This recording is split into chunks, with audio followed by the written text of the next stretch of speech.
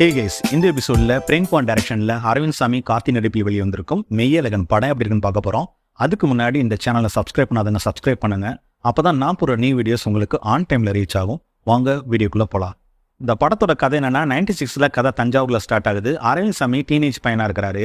அரவிந்த் சாமியோட அப்பா சொத்து பிரச்சனையில தன் தங்கச்சிகளுக்கு தான் வாழ்ந்த பூர்வீக வீட்டை எழுதி கொடுத்துட்டு ஃபேமிலியோட சென்னைக்கு போறாரு. வாழ்ந்த வீட்டையும் வளர்ந்த ஊரையும் மறக்க முடியாம பிரிய மனசு இல்லாம பிரியறாரு அரவிந்த் சாமி. கதை அப்படியே அங்கிருந்து 2018க்கு டிராவல் ஆகுது. சித்தப்பா மகளுக்கு ஊர்ல கல்யாணனால மறுபடியும் 22 வருஷத்துக்கு அப்புறம் அரவிந்த் சாமி தஞ்சாவூருக்கு வராரு. கல்யாண வீட்டுல அரவிந்த் சாமிய சொந்தக்காரரான கார்த்தி அத்தான்னு பாசமா பழகுறாரு. ஆனா அரவிந்த் சாமிக்கு கார்த்தி யாருன்னே ஞாபகத்துக்கு வரல. இருந்தாலும் தெரிஞ்ச மாதிரியே பழகுறாரு. கார்த்தி உண்மையிலே யாரு, அரவிந்த் சாமிக்கும் கார்த்திக்கும் அப்படி என்ன பந்தம், அரவிந்த் சாமி கார்த்தியை யாருன்னு கண்டுபிடிச்சாரா இல்லையான்றதான் அந்த படத்தோட கதையே. இந்த படம் எப்படி இருந்துச்சுன்னா, டைரக்டர் பிரேம்குமார் எழுதினா ஒரு நாவலா தான் படமா எடுத்திருக்காங்க. நாவலாவே எடுத்திருக்காங்க. ஆமாங்க, இந்த படம் பார்த்ததுக்கு அப்புறம் ஒரு நாவல் படிச்ச ஃபீல் தான் இருந்தது. இந்த வீடியோ ஃபுல்லா பார்த்துட்டு இந்த படம் எப்படி இருக்குன்னு நீங்களே டிசைட் பண்ணிக்கோங்க. கல்யாண வீட்டில் அரவிந்த் சாமி ரொம்ப வருஷம் கழிச்சு அவங்க முறை பொண்ணை பார்க்கும்போது நீ எப்படி இருக்கேன்னு கேட்பாரு. அவங்க லைஃப்ல நடந்த கஷ்டங்கள் எல்லாம் சொல்லிட்டு பேசாம நான் உன்ன கல்யாணம் பண்ணியிருந்தா இன்னும் நல்லா இருந்திருப்பேன்னு சொல்லுவாங்க. எந்திரிச்சு போகும்போது அரவிந்த் சாமி முதுக டச் பண்ணிட்டு போவாங்க. அந்த இடத்துல அரவிந்த் சாமி கண் கலங்குவாரு. அந்த சீன்லாம் கவிதையா இருந்துச்சு. ராஜ்கிரண் ஜெயபிரகாஷ்ட போன்ல பேசுவாரு. அத்தா நீங்க கல்யாணத்துக்கு வந்திருக்கலாம்னு சொல்லும் போது தன் வர முடியாத நிலைமை நினைச்சு ஜெயபிரகாஷ் கண் கலங்குவாரு. அந்த சீனும் கவிதையா இருந்துச்சு. அரவிந்த் சாமி தன் தங்கச்சிக்கு மேடையில வச்சு கிஃப்ட் ஒன்று கொடுப்பாரு. அது என்னன்னு அங்கேயே அப்பவே பிரிச்சு பார்ப்பாங்க. அந்த சீன்ல கண் கலங்காதவங்க யாருமே இருக்க மாட்டாங்க. அந்த சீன் கவிதையா இருந்துச்சு. அது நான் என்னன்னு சொல்லி ஸ்பாயில் பண்ண விரும்பல. அது படம் பார்த்து நீங்களே தெரிஞ்சுக்குங்க. தஞ்சாவூர்ல கதை நடக்கிறதுனால சோழனோட ரெஃபரன்ஸ் அங்கெங்க இருந்துச்சு. அரவிந்த் சாமி பேரு அருள்மொழி, திருமண மண்டபத்துக்கு பேரு சோழன் திருமண மண்டபம். அப்புறம் இவங்க வாழ்ந்த ஊருக்கு பேரு நீடாமங்கலம், அந்த ஊருக்கு பழைய பேரு நீடூர்னு சோழனோட ரெஃபரன்ஸ் அங்கெங்க வச்சிருந்தாங்க. 96 படத்தோட இம்பாக்ட்ல 96ல தான் கதையே ஸ்டார்ட் ஆகுது.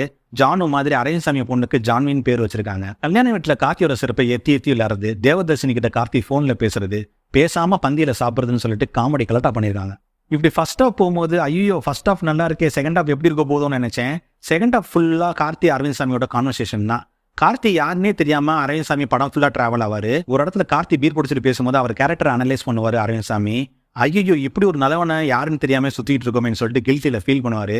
இப்படி கார்த்தி அரவிந்த் சாமியோட பாண்டிங் எமோஷன்ஸ் தான் மொத்த படமே. சோழன் சேரன் பாண்டியன் வரலாறு, ஜல்லிக்கட்டு போராட்டம், ஈழ பிரச்சனை, தூத்துக்குடி துப்பாக்கி சூடுன்னு கார்த்தி பேசும்போது என்னடா படம் வேற எங்கேயோ டிராவல் ஆகுதுன்னு நினைக்கும் போது அதுக்கு அடுத்தடுத்த சீன்ல அரவிந்த் சாமி இவனுக்கு என்னைய மட்டும் தான் பிடிக்கும்னு நினைச்சேன், ஆனா ஊர்ல எல்லாரையும் பிடிக்குது, போராட்டத்துல எங்கேயோ இறந்தவங்களுக்கு இவன் இங்க திதி கொடுக்குறான்னு சொல்லிட்டு கார்த்தியை பத்தி சொல்லும் போது படம் பார்க்குற நமக்கே கார்த்தியோட கேரக்டர் பிடிச்சு போகுது. குறிப்பா தூத்துக்குடி துப்பாக்கி சூட பத்தி கார்த்தி பேசும்போது பேக்ரவுண்ட்ல 13 தடவை அந்த துப்பாக்கி ஃபயர் பண்ற சவுண்டு கேட்கும். அந்த இடத்துல நமக்கே கண் கலங்கும்.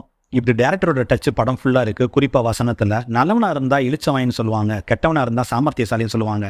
நல்லவனா இருக்கலாம் ஆனா நல்லது செய்யக்கூடாது, ஆனா இந்த நிலையெல்லாம் மாறணும்னு சொல்லுவாங்க. அந்த இடத்துல டயலாக்லாம் சூப்பரா இருந்துச்சு. அப்புறம் குறிப்பா வட்டார சொல் வழக்குல அந்த வீடியோ எனக்கு பிடிக்கும் இவனே அப்படின்னு சொல்ற இடம்லாம் டாப் நாச்சா இருந்துச்சு. சூப்பர். மகேந்திரன் ராஜோட சினிமாட்டோகிராஃபில ஒவ்வொரு ஃப்ரேமும் கோல்டன் ரேஷியோல நம்ம கண் மூலமா எதிர்த்து தொடுது. ஒவ்வொரு ஷாட்டும் கவிதையா எடுத்திருந்தாங்க. அவங்க தஞ்சாவூர்ல தேடி எடுத்த லொகேஷனும் சரி, நைட் டைமிங்ல செட் பண்ண லைட்டிங்கும் சரி, ஒவ்வொரு ஷாட்டும் கம்போஸ் பண்ண விதமும் சரி, தஞ்சாவூர்ல கண் முன்னாடி கொண்டு வந்துட்டாங்க. கவிதையா இருந்துச்சு, டாப் நாச்சா இருந்துச்சு. சூப்பர். கோவிந்த் வசனோட மியூசிக்ல பாட்டெல்லாம் கேட்கற மாதிரி இருந்துச்சு. குறிப்பா கமல் சார் வயசுல வர யாரோ இவன் யாரோ சாங்க கேட்கும் போது நமக்கே புல்ல இருக்குது. அந்த சாங்கோட பிளேஸ்மெண்ட்டும் நல்லா இருந்துச்சு. இவரோட பேக்ரவுண்ட் ஸ்கோர் தான் இந்த படத்துக்கு பிளஸ்ன்னு சொல்லலாம். கோவிந்தராஜோட எடிட்டிங்ல படம் 2 hours 57 minutes ஓடுது, கிட்டத்தட்ட 3 மணி நேரம். ஃபர்ஸ்ட் ஹாஃப்லாம் கிறிஸ்பா கட் பண்ணியிருந்தாரு. செகண்ட் ஹாஃப்லாம் கொஞ்சம் லேக் அடிக்கிற மாதிரி ஒரு ஃபீல் இருந்தது. 2.5 நேரத்துல கட் பண்ணிருக்கலாம்னு தோணுச்சு. ஆனா படம் பிடிச்சது யோசிச்சு பார்க்கும் போது எங்கேயுமே படம் போர் அடிக்கலங்க. ப்ரொடக்ஷன் டிசைன் ராஜீவன் டிசைன்ல ஐயப்பனோட ஆர்ட் ஒர்க்ல 96 காலத்து தஞ்சாவூரை கண்ணு முன்னாடி கொண்டு வந்திருக்காங்க. குறிப்பா படம் ஃபுல்லா லைவ் ரெக்கார்டிங் பண்ணிருக்காங்க. கார்த்திக் ஒரு இடத்துல போதையில பேசுவாரு. அந்த இடம் மட்டும் கொஞ்சம் புரியல, மற்றபடி எல்லாம் ஓகே. பெர்ஃபார்மன்ஸ் வைஸ் பார்த்தோம்னா அரவிந்த் சாமி அருள்மொழியாவே வாழ்ந்திருக்காரு. நான் என் கொள்ளு தத்தாவை பார்த்தது இல்லை, அந்த வீடு தான் என் கொள்ளு தத்தன்னு சொல்ற இடத்துல மொத்த வேதனையும் முகத்துல காமிச்சிருப்பாரு. என்ன பெர்ஃபார்மருங்க. ரீசெண்டா தான் அவர் நடிச்ச புதையல் படம் பார்த்தேன். இடையில எப்படிப்பட்ட பெர்ஃபார்மரை எழுதட்டோன்னு தோணுச்சு. அந்த கவலை இந்த படம் பார்க்கும்போது போயிடுச்சு. அவருக்கு தீங்கி போடுற மாதிரி நல்ல ஸ்கிரிப்ட் வந்தா இன்னும் நல்லா நடிப்பாரு. சூப்பர். கார்த்தி அத்தான்னு பாசத்துல உயிரை கொடுக்குற இடத்துலயும் சரி, எங்கோ வாழ்ற தமிழ் மக்களுக்கா அழுகிற இடத்துலயும் சரி நம்மளவே கண்கலங்க வச்சுறாரு. படத்துல ஒரு வசனம் வரும், இப்படி இல்லாம ஒருத்தன் இருப்பான், இல்ல இவனை மாதிரி தான் எல்லாரும் இருக்கணுமான்னு சொல்லிட்டு அரவிந்த் சாமி கேட்பாரு. படம் பார்த்து முடிச்சதுக்கு அப்புறம் கார்த்தி கேரக்டர் மாதிரி இருந்தா என்ன தப்புன்னு தோணுது. அந்த அளவுக்கு மெய் அழகானாவே வாழ்ந்திருக்காரு. சூப்பர். சின்ன வயசு அரவிந்த் சாமியா நடிச்சுக்கிற சரண் சக்தியோட நடிப்பு அருமையா இருந்துச்சு. நல்ல ஸ்கிரிப்டை தேர்ந்தெடுத்து நடிச்சாருன்னா நல்ல இடத்துக்கு வருவாரு. சூப்பர். ராஜ்கிரண் இளவரசி, ஜெயபிரகாஷ், கருணாகரன் ஒரு பக்கம், இன்னொரு பக்கம் தேவதர்ஷினி, ஸ்ரீதிவ்யா, ரைச்சல், ரஞ்சனி, இந்துமதின்னு அவங்களுக்கு கொடுத்த சீனை பெர்ஃபெக்டாக பண்ணியிருக்காங்க. இந்த படத்தில் நடித்த மொத்த நடிகரோட பெர்ஃபார்மன்ஸ் தான் இந்த படத்தையே தாங்கி நிற்குதுன்னு சொல்லலாம். சூப்பர். படத்தோட ப்ளஸ் பாயிண்ட் என்னன்னா, படத்தில் மியூசிக் நினைச்சிட்டு நாய்ஸில் போட்ட பாட்டு இல்லை, ஜாதி பிரச்சனை இல்லை, கன் ஃபைட் இல்லை, முக்கியமாக மூளை குழப்பற ட்விஸ்ட் அண்ட் டர்ன்ஸ் இல்லை.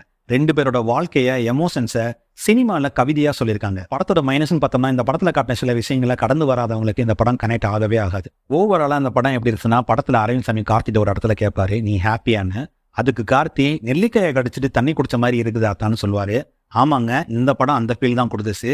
வாழ்க்கையோட பரபரப்பான ஓட்டத்துக்கு மத்தியில் எங்கேயோ சன்ரைஸோ இல்லை சன்செட்டோ பார்க்கும்போது உங்கள் மனசு லேசாச்சுன்னா கண்டிப்பாக இந்த படம் உங்களுக்கு தான். இல்லை எனக்கு அப்படி தோணாது, நான் ஃபாஸ்ட் ஃபுட்டு சாப்பிட்றவன், எனக்கு பொறுமையே பத்தாதுன்னு சொல்கிறவங்களுக்கு சாரி பாஸ், இந்த படம் உங்களுக்கு கிடையாது. இந்த படத்துக்கு யூஸ் எடிட் கொடுத்துருக்காங்க. இந்த படத்தை தாராளமாக ஃபேமிலியோட தேட்டரில் போய் பார்க்கலாம். நம்ம சேனலில் தொடர்ந்து பார்க்குறவங்களுக்கு தெரியும், இந்த மாதிரி படங்களுக்கு நம்ம ரேட்டிங் கொடுக்குறது இல்லை. இந்த படம் ஒரு கோல்டன் டிக்கெட் மூவி. இந்த படம் உங்கள் கடந்த காலத்துக்கு கூட்டு போகும். இந்த வீடியோ பிடிச்சிருந்துச்சுன்னா லைக் பண்ணுங்கள், ஷேர் பண்ணுங்கள், உங்கள் கருத்துக்களை கமெண்ட் செக்ஷனில் பதிவு பண்ணுங்கள். இந்த சேனலை சப்ஸ்கிரைப் பண்ணாதவங்க சப்ஸ்கிரைப் பண்ணுங்கள். மீண்டும் அடுத்த வீடியோவில் சந்திப்போம். நான் உங்கள் கான்காட். நீங்கள் பார்த்து ரசித்தது சினிமா வித் கான்காட்.